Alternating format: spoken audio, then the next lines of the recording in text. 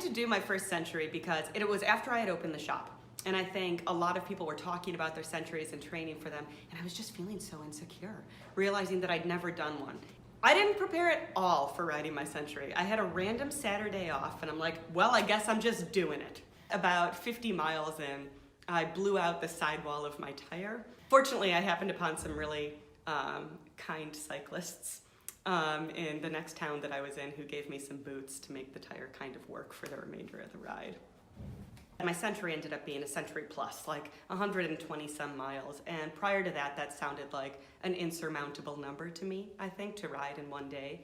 And I realized that it was hard, but as soon as it was over, I'm like, all right, when's the next one? When am I doing this again?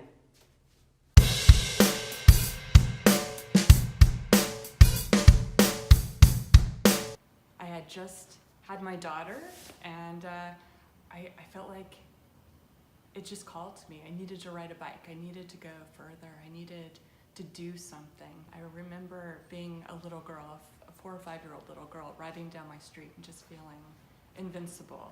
That feeling has never left, and I wanted to tap into it. All those questions of, do I have the right gear? Do I have enough snacks? What happens if I get a flat? You just find your groove.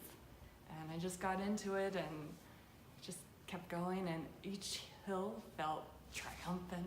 The fatigue that hits at mile 85, it's exhausting. It's like 15 miles until the finish. It's almost there, but it's so far away. And getting halfway through and thinking, I didn't think I could ever do this. And look, I'm doing it.